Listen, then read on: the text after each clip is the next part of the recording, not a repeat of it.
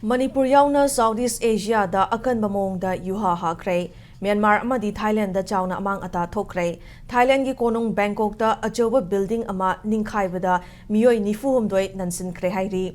Ayupung taramathoga minute yankhai chatpa matam aduaidagi Richter scale da magnitude 7.7 yauna hakiba yuha adugi manil Manipur yauna awang nongpok lamdam singda nikhi.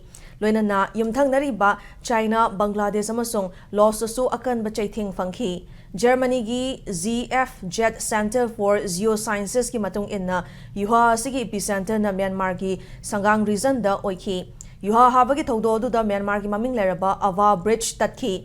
Madugi mathakta yum amadi atai structure kaya ningkhai duna amang ata thokhi. Thodo sida Myanmar gi konung Nepido gi lambi kaya chauna chekhai ki. Adubu misimna amadi aso open gi chapchaba report hauziki oina fangdri.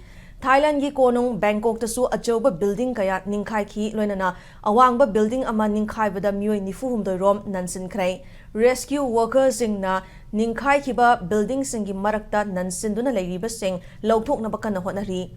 Yuha haba haurakpada miyoi kaya mathuai hingnaba yumgi mapanda chenthok narakpagi video kaya social media da chaithok narakli. Richter scale da magnitude 7.7 yauna hakraba matung Myanmar da di makhatana aftershock oina magnitude 6.4 yauna yuha amuk haki. Maragasida China gi China Earthquake Network Center gi matung inna yuha hakiba du Richter scale asi magnitude 7.9 fawba yoki hairi.